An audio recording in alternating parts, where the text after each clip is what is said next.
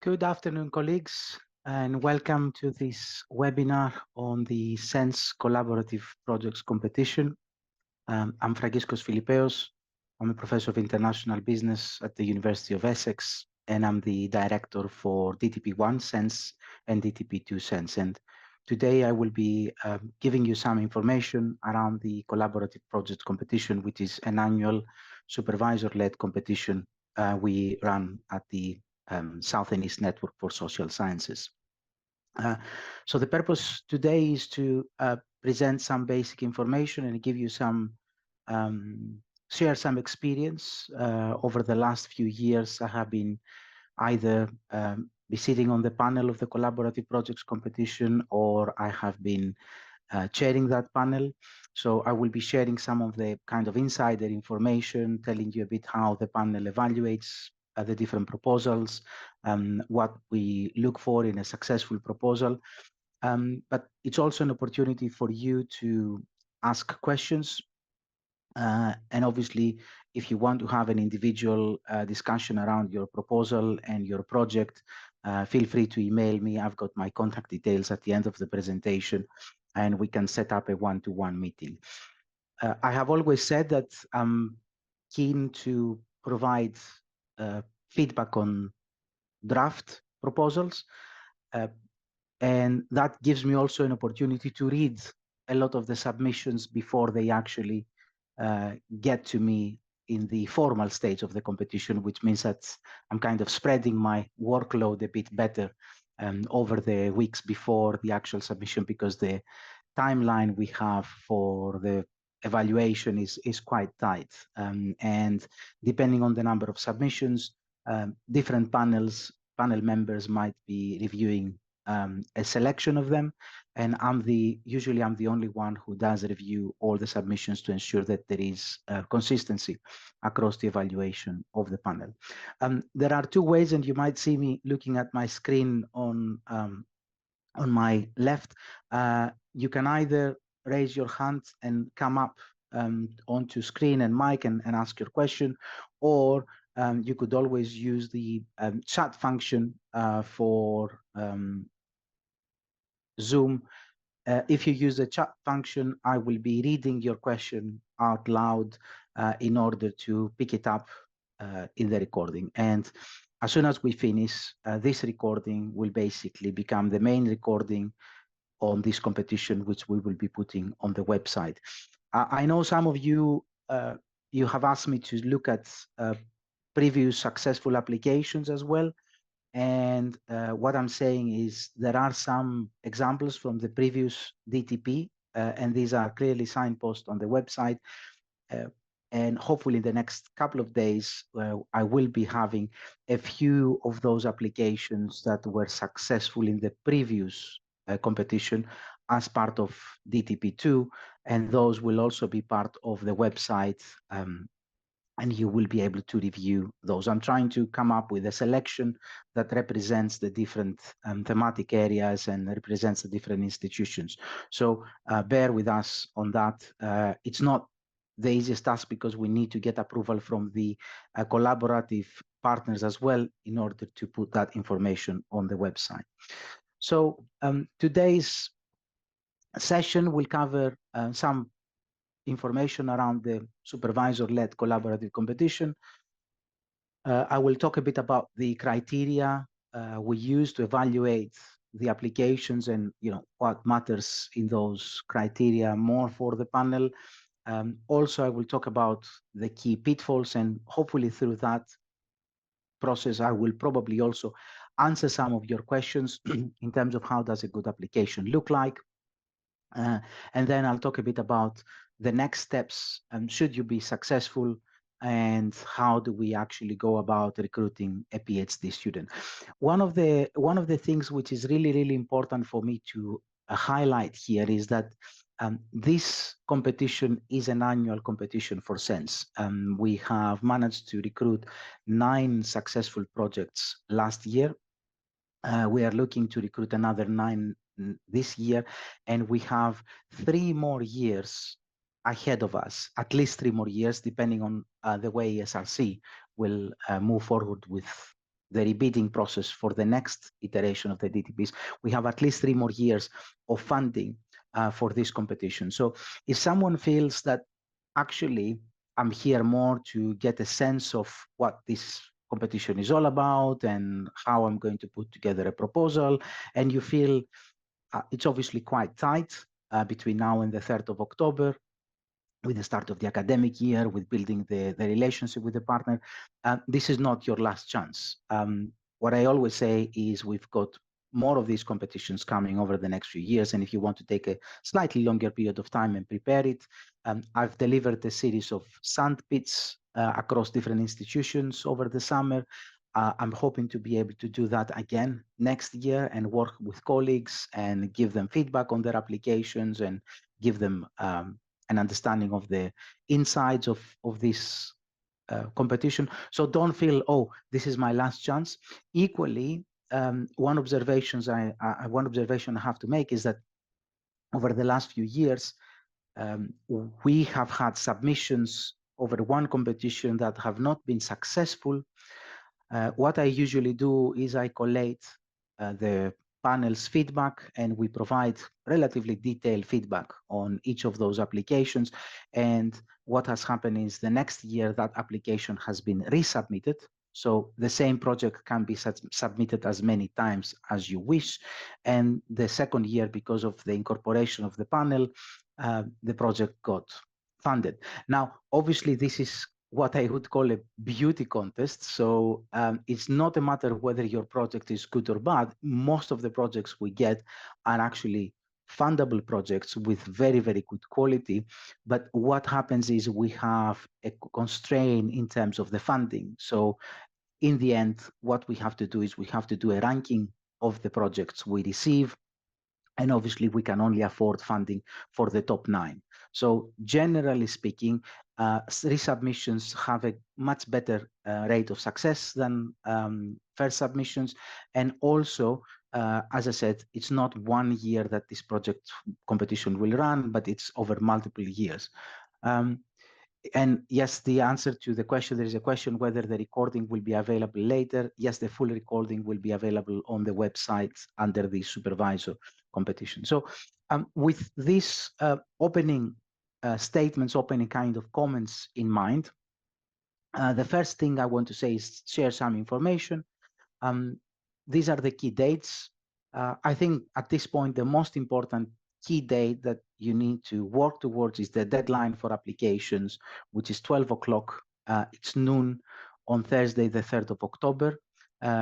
We close the system midday, so we can then start processing the applications and ensuring that also the last hours before the deadline window are working hours for us. So if there are any issues around, I wasn't able to submit my application, there was a problem with the software, the HI Apply software, between 9 and 12, Rach and Aaron, our coordinator and our administrator, will be in the office and will be able to support you with any final issues you might have with your submission. So this is the most important date, is the 3rd of October. At the moment, the panel will meet on the 14th of November. And so between the deadline and the panel's meeting, there is another stage, which is what we call the institutional sifting stage. So once you submit your application, what will happen is we will be returning those applications to your home institutions, and we will ask them to effectively evaluate them that they meet minimum quality standards.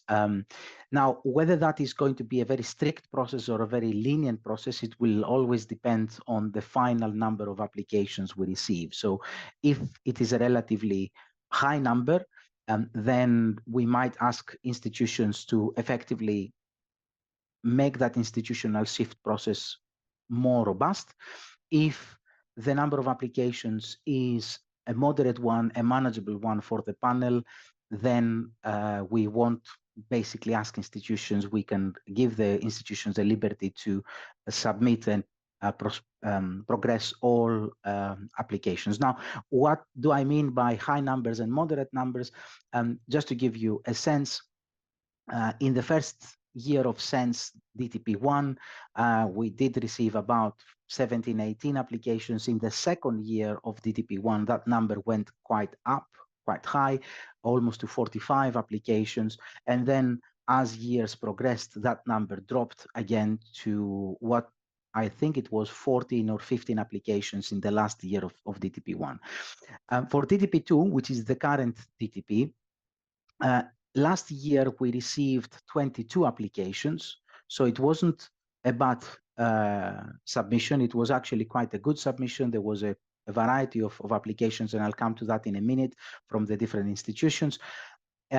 But my expectation is that this year, because of the activity we have undertaken, because of the sandpits I did over the summer, the number of applications will go up. Yesterday, when I looked through the system, there were already 18 profiles created. And so I anticipate that potentially we might be looking at a double number of the applications from last year.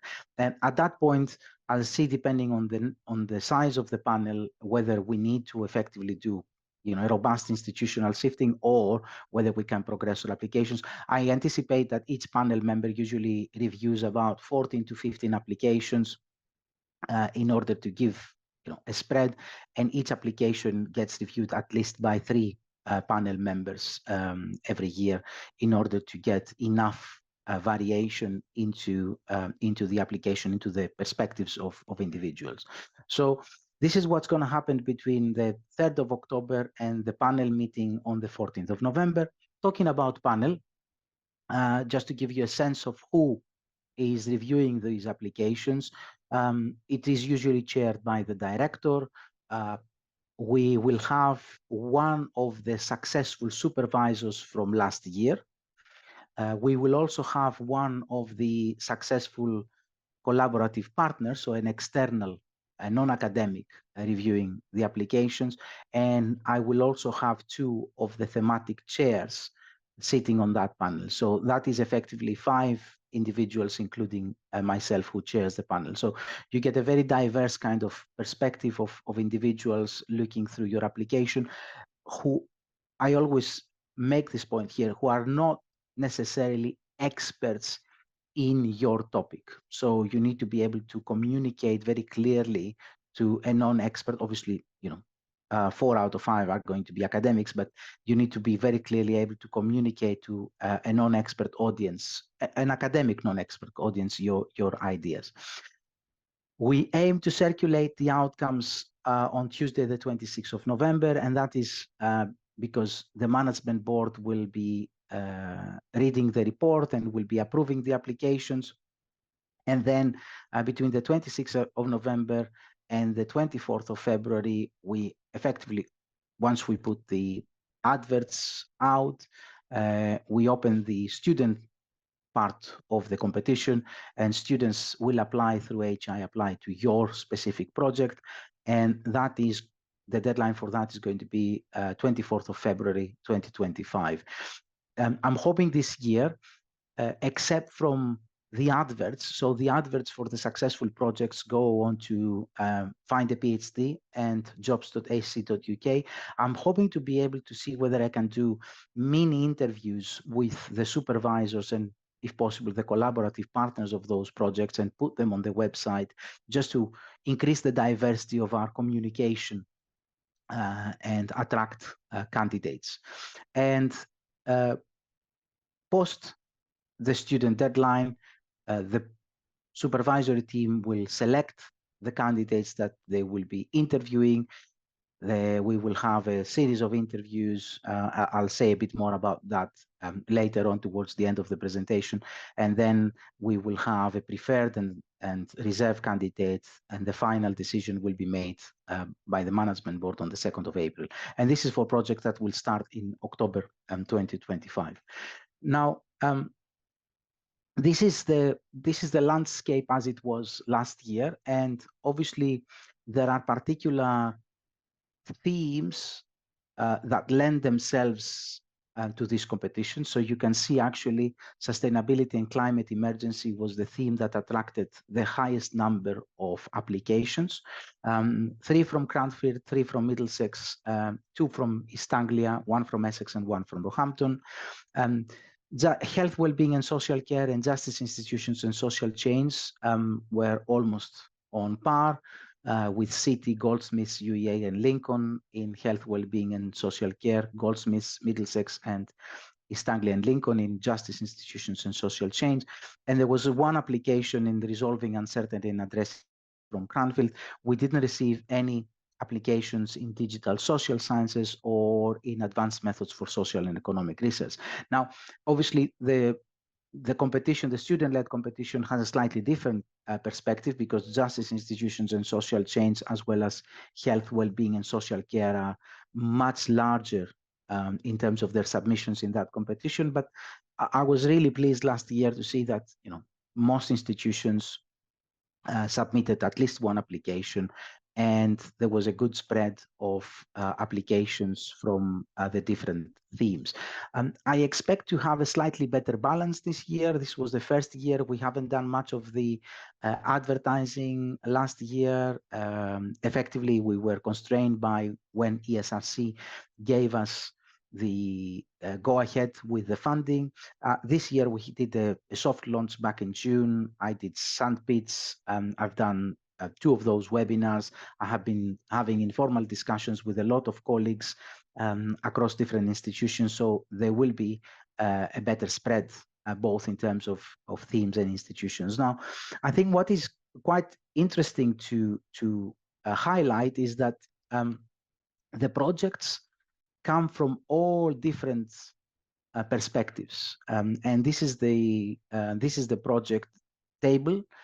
These are the 9 successful projects we did award list last year, and you can start from the partners. You will see that there are both home and international partners. So Semaden, for example, is a partner based in Brazil. There are civil service partner with the Civil Service Evaluation Task Force, the project. There are smaller charity partners like Future Men and Curious Minds.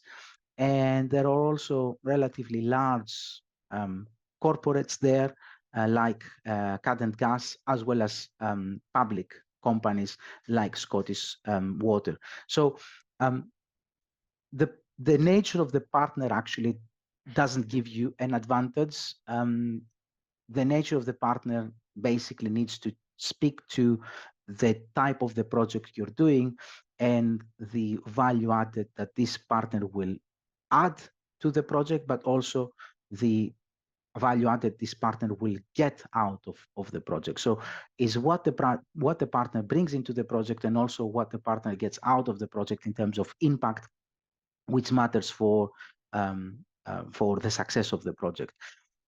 You will also see that there are projects which are very kind of related to sustainability, like the first one at the University of East Anglia, sustainability and resilience of the UK fishing fleet. There are also projects around sustainability with, like the last one with Cranfield, the determining of the potential of hydrogen towns. It's also the one with community-based co-design of small-scale wastewater systems with Scottish Water. But there are also other projects which are more around society and impact on society, like the one from the University of Lincoln with young fathers, or the one in Goldsmiths with creativity, curiosity, and professional artists in school. So you can see here that the nature of the project can vary. We accept applications across a range of themes. And then, of course, we accept applications with a very big range of partners. So there's no kind of successful recipe for, or if you select a partner that is a large corporate, for example, you will definitely get the project funded. And that has been actually the case with some of the projects. So there were a couple of projects last year that were submitted in partnership, in collaboration with large corporates, but they were not successful because obviously not because they were not good projects. They were very good projects, but they were not as good as the ones that we have here. And as I said, home or international, it's absolutely fine. Questions usually come up here is, can I have multiple partners? And the answer I give is always yes, you can have multiple partners. You will see here there are at least a couple that have multiple partners. My advice, though, is try not to have more than 2 partners included as collaborators onto the project. The reason I'm saying that is that there is a section in the proposal, in the application, that you will have to describe the collaboration. You will have to describe, what the partners will get out of this project. You will have to describe the involvement of the partner and also give us some background in terms of the partnership. And the more partners you try to add there, the less space you will have for describing the collaboration, describing the value added for each of the partners. So in the past, when people said, oh, I've got all this group of organizations that will be able to contribute, I said, do you have one organization who is going to be the main one, and then the rest can act as satellites to that organization? Try to bring that organization as a collaborator on board, and then discuss in a paragraph the relationship that this organization will have with others. Equally, people tend to ask me here, is it good to have an existing established collaboration, or are we disadvantaging collaborations that are relatively new in nature? The answer is it doesn't really matter. We have funded projects that had a long history between the supervisory team and the external collaborator, and in their application you could see that there was a lot of work happening already between those teams. But equally, there were other applications that were put together on the basis of a promise and potential of a collaboration with significant future impact. And again, those applications have been successful in this competition. So it doesn't really matter whether you have, an existing research output with these organizations, or you have received funding from them or with them in the past, or anything like that. Is more about how you describe what is the value added for this collaboration. And equally, it's really, really important to demonstrate the role of the collaborative partner in this project. So the question I always ask here, and I ask myself when I read the proposal, is this project a project that could easily have happened without the active involvement of the collaborator? And if the answer is yes, then this is not a true collaborative project. It is more like the collaborative partner in an artificial way.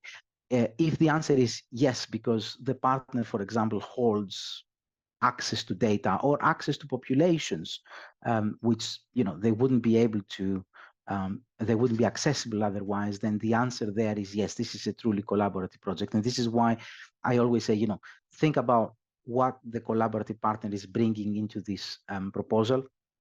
And this is why it's good, and we always seek financial contribution from the collaborative partner, but this is not part of our evaluation criteria. So you could ask your collaborative partner to provide up to 50% of the funding of the project, but it's not a requirement as part of this competition, and is not an evaluation criterion. The only time where we say in the guidance that we will be using that as a tiebreaker effectively is whether we have 2 projects that the panel feels are equivalent in every shape and form in terms of their academic contribution, impact, value added, and then we will only see whether one of the 2 partners is bringing some direct financial contribution. Over the last 7 years we have been running this competition, that criterion has never been used, because there was always something that would help us separate two projects, and give a ranking in a slightly different base than simply the financial contribution. So these are kind of the successful projects, and as I said, I'm working with some of the supervisors, hopefully to put some of these proposals on the application. If you want to go direct to those supervisors in your home institution and ask them, the list of the project and the supervisor is on the website, so you could always go and ask directly those supervisors to share their proposal with you, and they might be able to do it because it's an internal institution. In our case, we would need to put those examples on the website, which then becomes a public kind of facing website, which everybody has access to those applications. So that's the kind of landscape in terms of projects. What's going to happen this year, and from now onwards, we will be awarding 9 collaborative projects. So this is going to be a fixed number. It's about 20%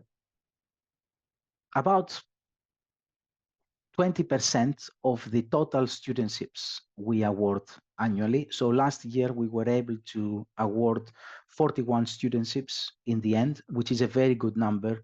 The previous DTP was able to award about 35, 36. It was a larger DTP in terms of partners. So I was quite pleased to be able to increase the number of studentships. So we will be awarding 9. The collaborative studentship is a collaboration between a supervisory team and a non-higher education institution. Again, a question I very frequently get is, oh, I've got an external and a collaborator in another institution, an international institution. Do they qualify as a collaborative partner? The answer is no. Anything which fits within the characteristics of higher education institution cannot be a collaborative partner. Should you wish, you could bring another international collaborator, and I know that people have approached me already with questions around that. So you could bring another collaborator from another institution abroad, because they have the expertise, they might be willing to host a student for a period of time, but you will always need to have a collaborative partner. So this can be a business, a government, a third sector organization, and they have to make some form of contribution. It could be a financial or in-kind contribution. The in-kind contribution can be anything from access to office, access to data, access to population, and most importantly, the in-kind contribution that all projects need to bring is supervisory time from the external collaborator. So the external collaborator has to commit a supervisor from their perspective that will be acting as third supervisor to the student. They don't need to be involved in all meetings, and I know that universities have their own regulation about meetings between supervisory teams and students, but you need to be able to demonstrate in the application how that individual adds value to the student's professional and personal, sometimes, development. So they could act also as a mentor to the student. They could teach them certain things. They could come from the same kind of career trajectory, from a PhD into the corporate world. So how will they support the student? And very, very important in terms of the collaborative students is we would expect to see research impact and the ability to offer first-hand experience of non-academic research environments to students. The reason I'm saying that is because the new model for PhD from the SRC requires us to train PhD students that can seek careers not only within the academia as the traditional academic jobs, but also to be able to have those transferable skills that they can make them employable outside the academia in research organizations, in large corporates, or anything like that. So having those 9 projects and those 9 students working on that, it's actually quite good, because we are able then to demonstrate, this is how we're fulfilling our mission of training and developing students for engaging with organizations outside the academia. And this is why all studentships in the collaborative competition include an integrated placement. That integrated placement is usually up to 3 months. There is additional funding that you will be receiving and the student will be receiving to take on board that integrated placement. So the minimum length of studentships for the new DTP is 3.5 years. So it's the traditional 3 years that the SSE used to fund before, and it's an additional 3 months to cover any additional training requirements that the student might have, and of course an additional 3 months, which goes up to 3.5 years for the integrated placement. The maximum we could go, the typical maximum, is 4.5 years for students that come straight from their undergraduate studies and they might need extensive training in social sciences research methods. But the ESRC has moved away from the previous approach where everybody needs to have some basic training, and they're now looking towards the training of the student and the background of the student and the requirements of the project. So we're not necessarily need to train them in everything, but we need to give them the tools and the skills to be able to successfully complete the project within this time frame. So it includes that integrated placement. You can discuss that integrated placement in the application. You should discuss actually that placement in the application, and it can be used in a very flexible way. So it could be 3 months block at the end of the PhD where the student works with that collaborative partner and in generating impact or transferring knowledge. It could be the student might spend 2 weeks in the early stages just to get a sense of the collaborative partner and their needs. It could be a day a week over a longer period of time, as long as the total amount of time adds up to the 3 months, as I said. And it's a very useful tool because you can then get the student integrated with a collaborative partner and also being paid as an extension for the student, for the student's time to work with that organization. So it's not necessarily, part of time that they will have to be spending on their PhD. It's an additional 3 months extension that they can basically be using solely to work with the collaborative partner. The main responsibility for developing the proposal lies with you as primary supervisor, and you are the one that needs to submit it. And as I said, if you're successful, you will be awarded. I had a very interesting question from a colleague of mine. I think she's here, Danielle, at Essex. How many applications can I submit? And the answer is you can submit as many applications as you like. So I have seen in the past cases where someone has submitted 2 applications because they were working with 2 collaborative partners. The main kind of barrier there is that you can submit as many as you like. You will be awarded only 1 studentship. You won't. So if we had 2 applications from a single supervisor that are quite high, we would need to go with the highest one. We need to skip the next one. You can, though, be a secondary supervisor to as many applications again as you like in terms of submission, as well as to as many applications as you like that are awarded. So I have had cases where someone was a primary supervisor last year in 1 application and a secondary supervisor in another application. Both of them were successful. Both of them were awarded. So as a secondary supervisor, you can sit on as many supervisory teams as you like. And of course, we don't have any restrictions ourselves in terms of that, because we don't look at the workload. We expect the home institution to be able to do that. If you are successful, I said we have the competition, and the student will receive a fully funded award to work with you and the collaborative partners. All research proposal must be based in one of the 6 thematic panels, and you can only enter this competition if your home institution is a member of the thematic panel, and I'll have the table in a minute there. And as I said, we comply usually with the institution, so the collaborative supervisory team has 2 supervisors from the home institution, and then the collaborative partner must an involvement the third supervisor. Our eligibility criteria are relatively flexible, so we would expect primary supervisors to be research active, which is quite obvious. And then, depending on their careers, we might ask the home institution to basically a mentor if necessary. And we also require a letter of support from the collaborative partner to upload it. A template is provided in the guidance, so it's there. You can basically see that. We appreciate that occasionally collaborative organizations might want to submit their own letter of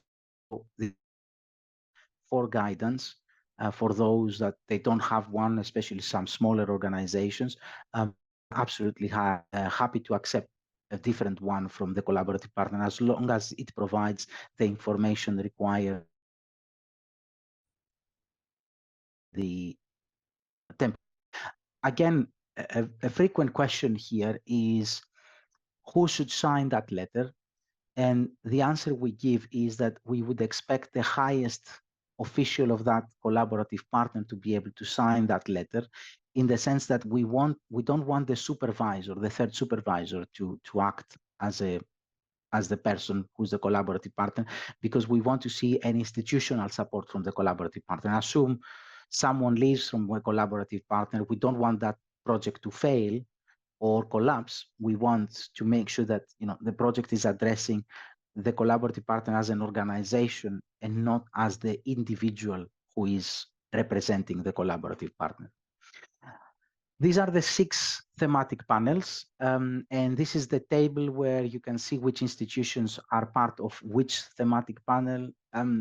We use here, we go by exception, so advanced methods for social and economic research, only colleagues from Cranfield and Lincoln cannot submit an application, and digital social sciences, only colleagues from Middlesex cannot submit an application. In any other, and Cranfield doesn't participate also in the health, well-being, and social care. In any other kind of combination of thematic panel and institution, people are able to submit an application. We are relatively flexible in the way we approach this competition, unlike the student-led competition, where we then go down to the unit of assessment kind of element and ensure that that unit of assessment has been part of the thematic panel. But here, as long as your institution participates, you are we are happy to accept an application from you. Now, I mentioned already a few things about the collaborative partner and the contribution. And as I said, we do strongly encourage you to seek a financial contribution. The reason we do that is because the way the funding model works is we hold at SENSS the training grant, and then depending on the contribution of the partner, we transfer the funds to the home institution. So there's no money coming to us as SENSS from the collaborative partner. The relationship, financial relationship, is between the collaborative partner and your home institution. So we don't get any of that money.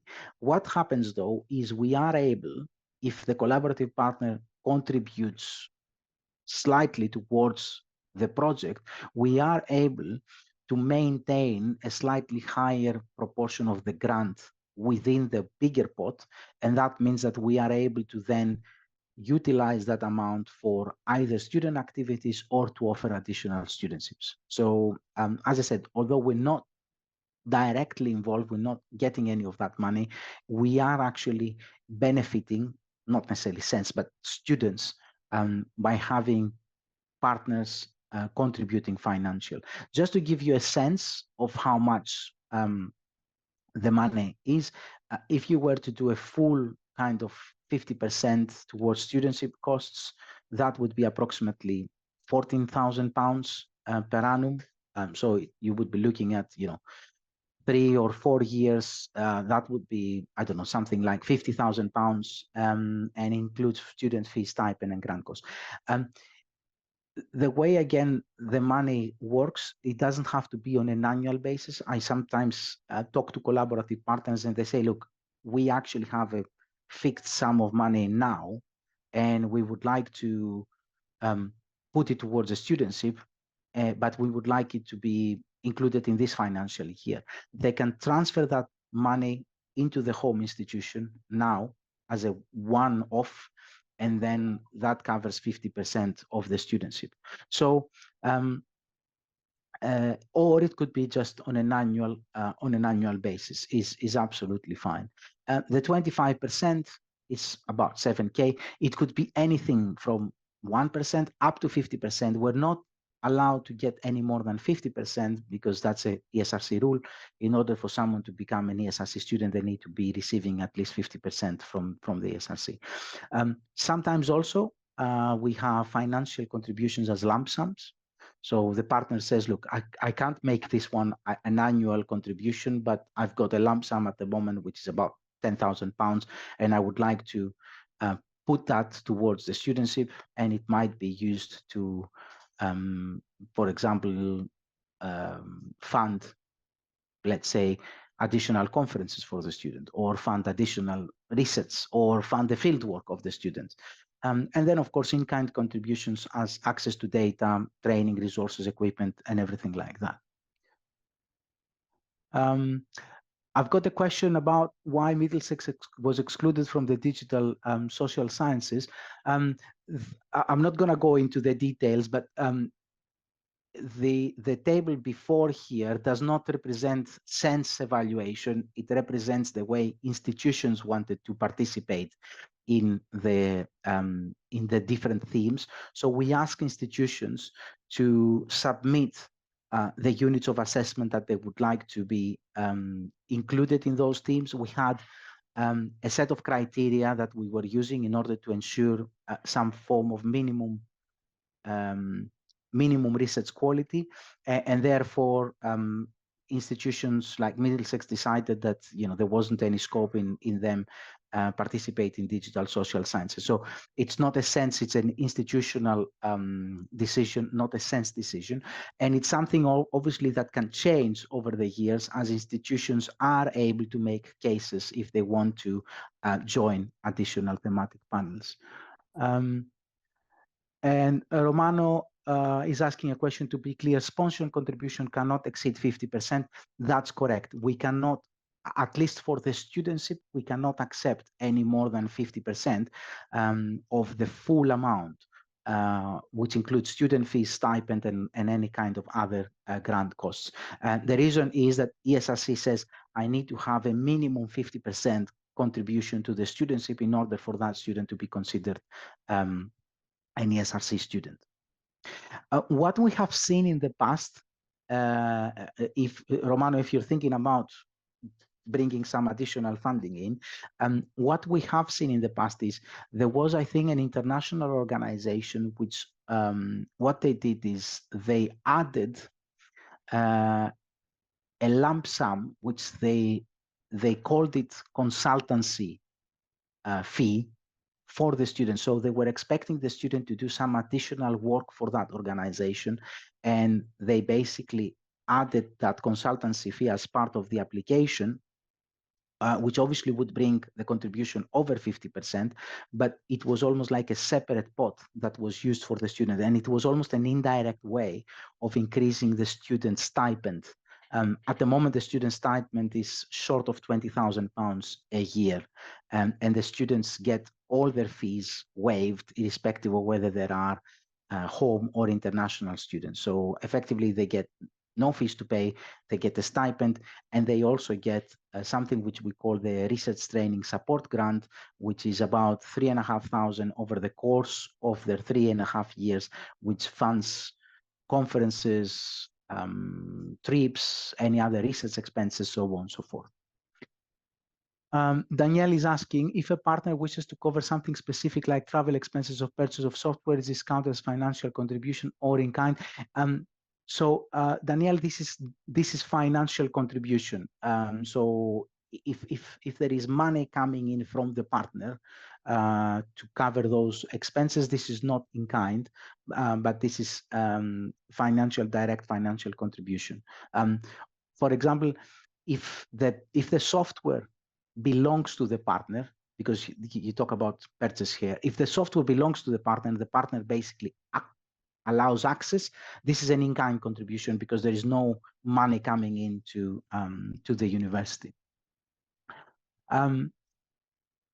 Anili is asking whether it is required that in-kind contributions are costed in the proposal, and should the estimated monetary equivalence of partner contributions be evidenced in some way? The answer there is it would be useful to have some form of costs in the proposal, but from experience, what I always say is the panel doesn't actually look much at anything that doesn't come as a direct financial contribution. So it's not going to play a role if someone has a monetary value of in-kind contributions of £500,000 and someone has a monetary value of in-kind contributions of £100,000, because we know that sometimes these things can be inflated. So, for example, if someone tries to bring into the proposal 3 hours on a weekly basis of the CEO of a large organization, that amount of time is actually quite expensive. Now, the question is that person bringing the right value added for the student? Can they actually keep themselves to that promise, so on and so forth? So it's good to have a sense of the monetary value, but it doesn't play a big role. So don't get yourselves kind of focused on, oh, I need to provide that monetary value. How do I calculate it? Because most of the time the panel basically simply looks at that and says, yes, that's fine. It looks reasonable or it looks inflated, but it doesn't really matter in terms of the students. Right. I'll move on to the criteria for a successful application. And in the guidance document, there is also a table which basically gives you a better understanding of how those criteria are translated to a poor project, a medium quality project, and a very good quality project. Just to give you a sense, last year, the threshold for funding, so the project that the 9th project in the ranking of all proposals was a project which was scored at 8.2 out of 10. And the next project further down was a project which was scored at 7.8. Usually there is somewhere in the kind of scoring scale, there is somewhere a natural break between the very good projects and the relatively good projects and the relatively poor projects, although I think the minimum score last year was something like 6.5, 6.6, if I'm not mistaken. So just to give you a sense of where we are in terms of the score, 8.2 was the kind of threshold cutoff for funding. And in reality, we evaluate the project on 4 criteria. First of all, as it would be normal, the quality of your research proposal and the quality of the collaboration.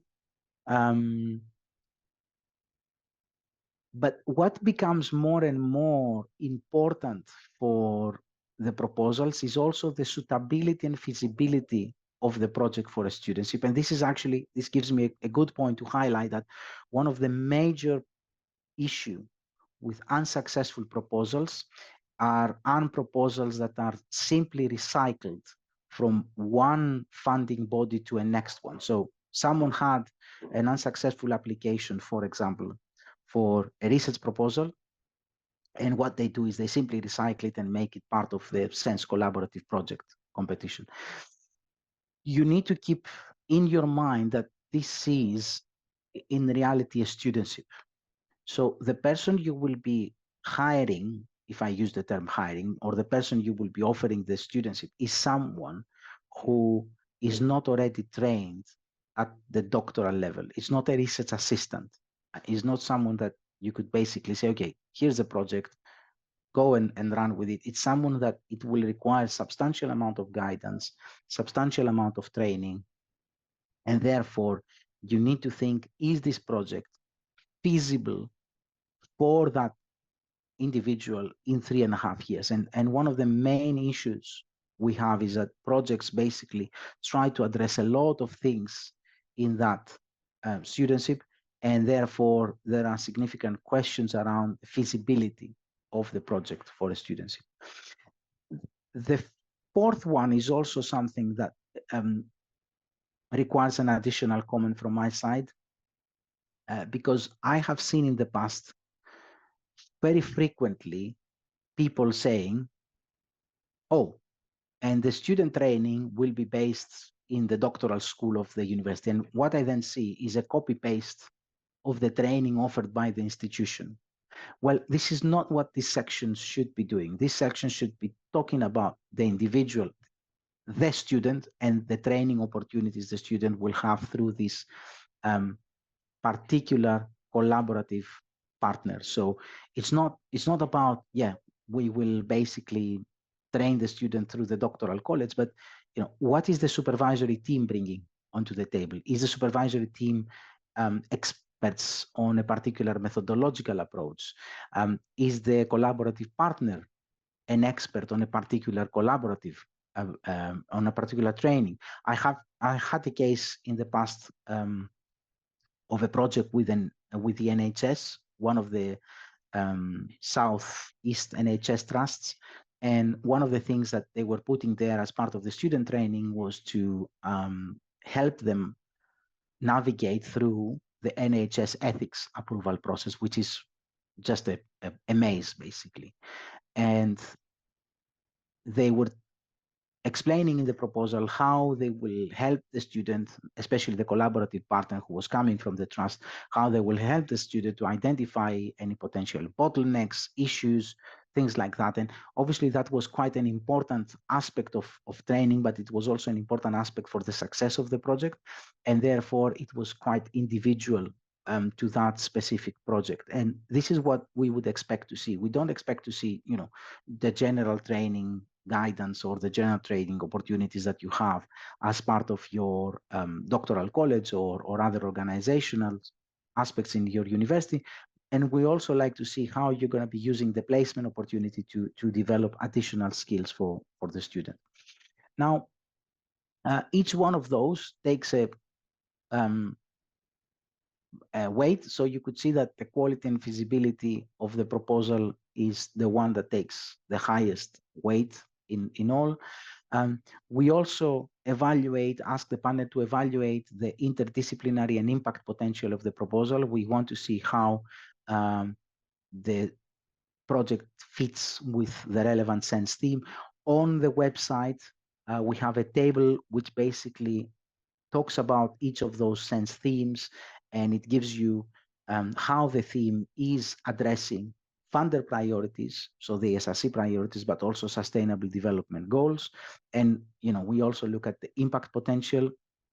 As I said, we look at the suitability and feasibility of the wider project, and we also look at the quality of the collaboration and the local research environment, including the supervisory expertise, and then of course the quality. So you could see there is the quality and feasibility of the proposal, which basically is the big chunk of the points you get, and then the next one is the collaboration and the quality of the collaboration, and then we also have points for interdisciplinarity, suitability and feasibility, and quality and the relevance of training. And usually proposals that get through to be funded perform quite high in all of these criteria in order to be able to score generally a good high score for the total. So effectively what happens is when proposals come in, each member of the panel basically gets this set of criteria. We ask them to provide comments on each and every one of these criteria, as well as score, and then we create a weighted score out of the individual score they give to these criteria. And this is how we basically get the project score. And then each project score for each reviewer creates kind of an average for the 3 reviewers that review the project. And every year, what I do before the panel meets is I do an analysis between differences of reviewers in terms of the way they score proposals, and differences in terms of institutions or thematic areas. So I give the panel a good sense of whether there might be discrepancies or things like that.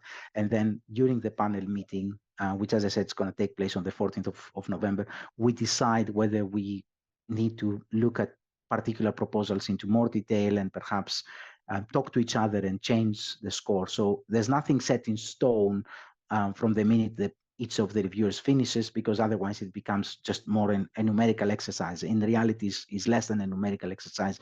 It's more an exercise of discussing proposals and looking at the scores and looking at the way the different reviewers have approached those proposals. Now, the question around good application and how does it look like, I'll take it in the other way around. I think I've already mentioned a few things already around that. So I've mentioned that the collaborative partner needs to demonstrate their value added, but also what they're taking out of the project. You need to demonstrate kind of the commitment of the collaborative partner into the project. You need to demonstrate how the supervisory team will work in practice. And in reality, to be honest, these are also the criteria that tend to distinguish between projects. So most of the proposals we get are very good research proposals. So it's not about the research proposal itself, but it's more about these details around the nature of the collaboration, around the ability of the collaborative partner to contribute, around the ability of the team to demonstrate impact onto the partner's practice. So the key pitfalls, I'll take it the other way around, is, as I said, the most common one is recycling of applications and designing a project which is too broad for a PhD. That's always an issue. So think about something which is concise, which is doable within the 3.5 years. It's also the case where failing to demonstrate how the partnership will work in practice. So, for example, there is a partnership which is long established one. You've got a collaborator. You have had cases in the past that you've produced academic outputs together.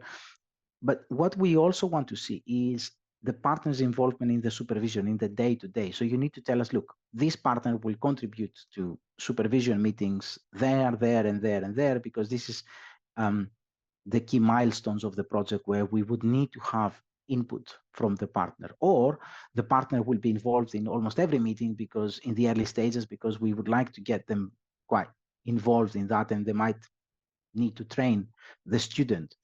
So occasionally we had collaborative projects where the student had to be trained to use software, had to be trained to use particular machinery, and therefore the partner was far more involved in the early stages of the project than the later stages of the project.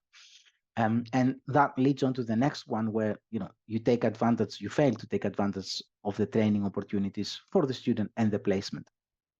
And also something that the way I see this last point, the low importance of pathways to impact is a point where it gives me confidence that no matter what, the collaborative partner will be there to support the project. If the collaborative partner has something to lose if the project doesn't succeed, then it's more likely to be involved in the project and do whatever they need to be doing to maintain the relationship active.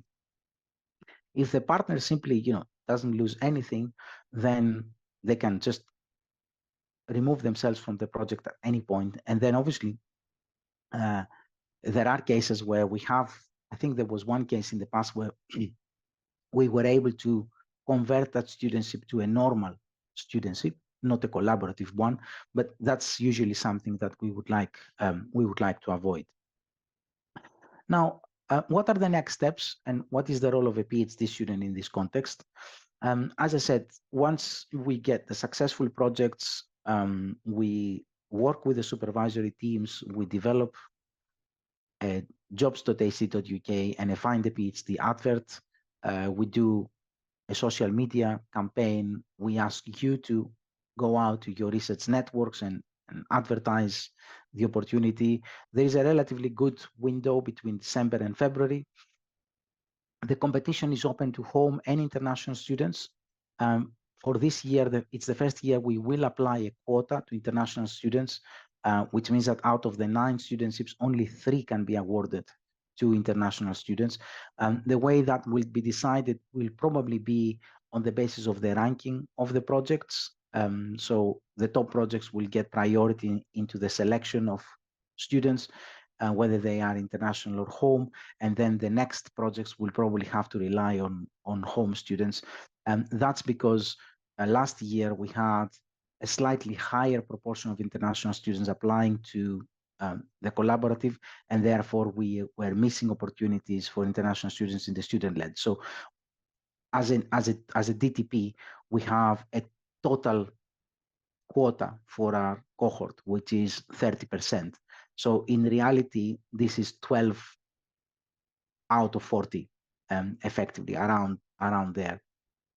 And if, for example, we award 9 international studentships through the collaborative project competition, that means that there are only 3 available studentships for the full of the student-led competition, which does attract quite a significant number of international students. And therefore, no international, the chances of getting a studentship there for those international students, the student-led competition, are very slim. And the management board decided that we need to come up with a way of rectifying that. It's also open to full-time and part-time students. Unless you as the supervisory team, you wish to offer the opportunity as a full-time project only, we appreciate that sometimes projects are time sensitive for the partner, and therefore you don't want someone that is going to be working for the next 7 years on a project. It might be that the partner wants someone to finish in 3.5 years and get the outputs. We are supporting you in the interview process, but organizing and running the interviews is the supervisory team's responsibility, just to manage expectations and workload there. We will ask you to do the shortlisting and then organize those interviews and invite either myself or the deputy director as a panel member to ensure that there is consistency across. And then in terms of the selection, we look at student skills, their fit with the project and their future potential. We don't ask them to resubmit a research proposal because you have done that, and therefore they only need to demonstrate that they have a good fit with that proposal and their future potential. I think that's all I had to say. The next slide is our contact details. So the contact details for me, contact details for Rage. You can either use the coordinator or the admin. Aaron, our administrator, is also monitoring the admin inbox, particularly if there are issues around HI apply. And as I said, a lot of the information and the guidance is under the supervisor competition, where we will be putting also the recording of this video, of this webinar. And as I said, I will gradually upload a few of the successful examples from last year's competition. If you want to see examples of the previous competitions, you could always visit the previous DTP website. And again, there is a link on the website here, how to access those applications. That's all I had to say from my side. I'm happy to look at whether we've got any questions. Romano is asking regarding placements, whether there is an expectation that students are present at the institution for a certain period. So the placement period is a 3-month period, up to a 3-month period. And what we would expect is that the students will be placed in that collaborative partner in those 3 months. And those 3 months can be either block 3 months, or it could be a day, a week, over a period of time, as long as it adds to the 3 months. George is asking, I'm likely to have 2 partners in my application. One would be much more heavily involved than the other. Does the student need to have a supervisor from each, or just the main partner? No, the the answer, George, there is you don't need to have two supervisors. I think one supervisor from the main partner who's heavily involved. And again, if, for example, the second partner brings something very unique, so there is a training on a particular software, I'm just making up an example here, that you need that supervisor to be involved into, you could mention it into the application that, you know, that's the role of that second partner. Otherwise, as I said, it's safer to go with the most important partner or the partner that will get most out of this project than actually trying to describe a reality which is far more complex and complicated. Remember, the people that will be reviewing your proposal don't know about you or the collaboration, so you would need to get them, give them a sense of how that collaboration has worked or will be working, has worked in the past or will be working in the future. Hillary is asking, is there a set value of the award, or do we have to cost and apply for funding for things like particular training or travel and participant reimbursement? So the award consists of the stipend, which goes to the student, the fees, which will go to the institution, and then what we call the research training support grant, which is a grant, part of the grant that goes towards training activities for the student. Now, for example, if you would like to have the student doing travel for fieldwork, the RTSG can be used that. If there is a case where the student, for example, needs to go for fieldwork abroad, and you would like that money to be requested from the training grant. So in one of the projects that we funded last year, the student will be going out to Brazil for field work. They will be spending, you know, about 3 months there. They might need to be doing some language training. All these are costs that you could include as extras in the application, and you could include as much as you wish. There might be a case where, as SENSS, we come back and say, actually, these should be covered from RTSG. These are things that we can cover from the training grant. These are things that we would expect the collaborative partner to cover. So there is not set value, but usually overseas field work have a maximum value of around £6,000 to £8,000. So if the student needs to go abroad, sometimes UK fieldwork tends to be covered from the RTSG.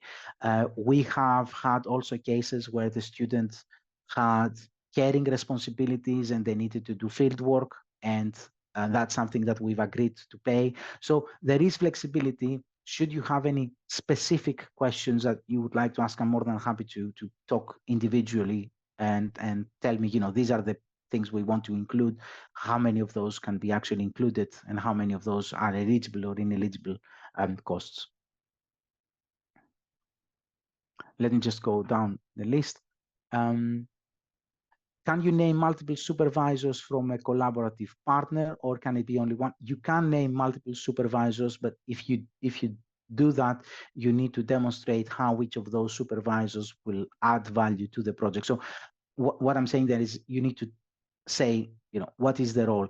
If it's two people job sharing and they simply, you know, will take over the supervision, you know, and alternate, you just need to demonstrate how that will work in practice. If they have two separate roles, you just need to say how those two people will be working. And it might be that, you know, someone gets a supervisor from the collaborative partner in the early stages of the project because they need to be taught something, and then they get another supervisor in the second part of the project because, for example, they need to be working on impact and anything like that. So there is flexibility there. What I always say is please keep in mind that there is a word count limit, and therefore you need to be very concise in your discussion. Roman is asking, assume that the sponsor is overseas, can the student be based there, or do they have to be resident in the UK and spend max 3 months at the sponsor? The requirement of the funding is that the student will be a UK resident. So you can't have someone doing the project remotely. They need to be residing in the UK, and then they can spend the maximum of the 3 months in the sponsor, either as part of the field work or one of the things I've seen in the previous round, the sponsor had also a close relationship with an overseas institution, an academic institution, and the student was spending half of their time with the sponsor and half of their time as an overseas institutional visit. And we do have a scheme for overseas institutional visits. So that gave them a slightly extended period of time than the 3 months. Anna is asking, could you please clarify if the primary supervisor was not evaluated in REF 2021? Do we need a senior secondary supervisor from the same institution as the primary? Can the secondary be from another institution if we also include the mentor? So if the primary supervisor was someone that was not included in REF 2021, the main question mark there is the primary supervisor someone who's research active? So if you're on a research contract at the moment, that is absolutely fine. What we would need to do is we would need to ensure that you comply with your home institution's requirements. So home institutions, for example, require that someone who hasn't had prior experience in supervision have a secondary supervisor in the team who has had completions. So if that is the case, that's job done. You don't need anything else. Also, usually institutions, at least in the institutions I know of, and I don't think there are any exceptions in DTP, in SENSS, most institutions require that you have at least 2 supervisors from that same institution. And therefore, you would always have that second supervisor.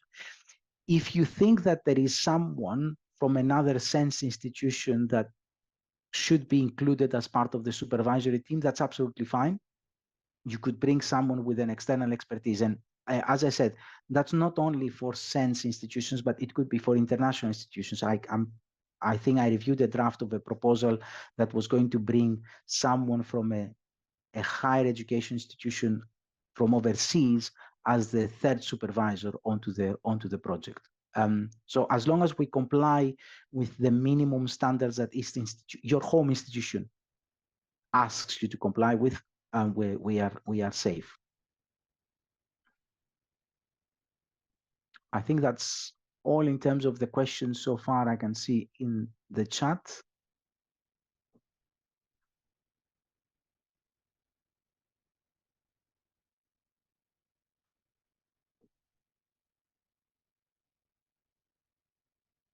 I'll give it another few minutes just in case anybody else wants to ask a question. And I just scroll back to see whether there's anything that I missed.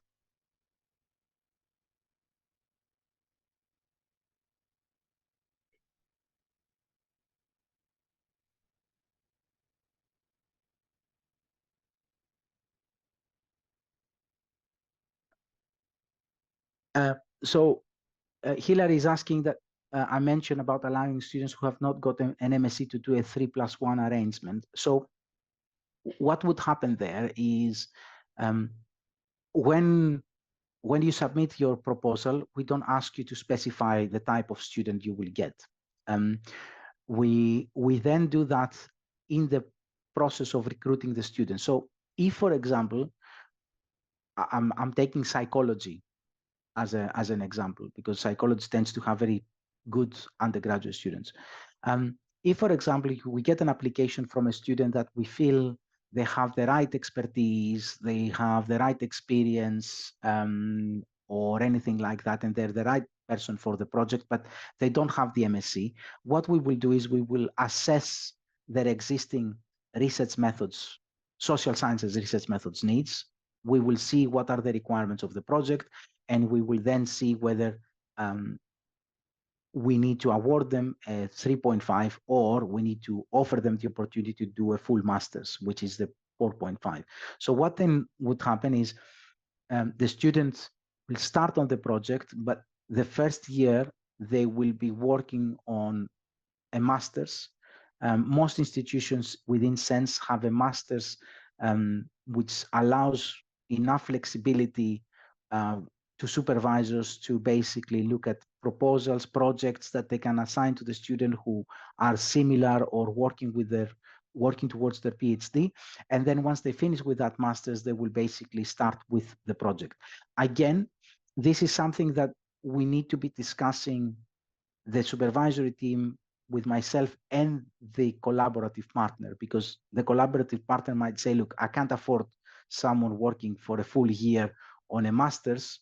I want them to work on the project right now. So it's up to you to basically tell us whether we can be flexible or not flexible in terms of the advert, but also in terms of the selection. So for example, if we allow everyone to apply, and then we feel that actually this specific person is the best person for the job, but they don't have a master's and they need a full master's, the funding is there. So the 9 projects at the moment, they don't have any kind of conditions around, oh, they all need to be 3.5 years, or they can actually all be 4.5 years. So they can all recruit undergraduate students without an MSc. We had a case last year where there was someone with an undergraduate degree, but with substantial professional experience on the nature of the collaborative project. And therefore, what we did is we gave them some additional time to do some high-level research method training, but not a full master's. So they were awarded a 4-year, not a 3.5 year, in order to do 6 months of additional training on those research methods that were important for the project, and then they could start the project straight after that. And yes, access to the recording of the meeting will be, as I said, once we finish, I will be asking, well, and I get the notification from Zoom, I will be asking Aaron to put it on the website and effectively substitute the older one, because the older one had also slightly different dates. We managed to push the deadlines slightly later. So originally we were anticipating the deadline to be mid-September, but now the deadline is on the 3rd of October. So we have been able to give colleagues some additional time towards preparing their proposals.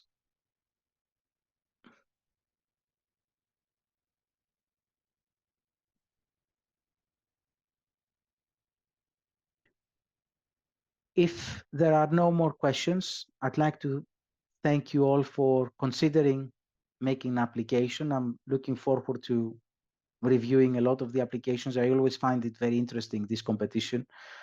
And of course, should you wish to have individual discussions or send me drafts of your application, please don't do it the 2 or 3 days before the competition deadline, because I won't have time. But if you allow me a week's time, I should be able to provide, even if it's some high-level draft comments. I'm more than happy to do that. Thank you very much for being part of this competition and being part of SENSS, and looking forward to receiving your applications. Thank you.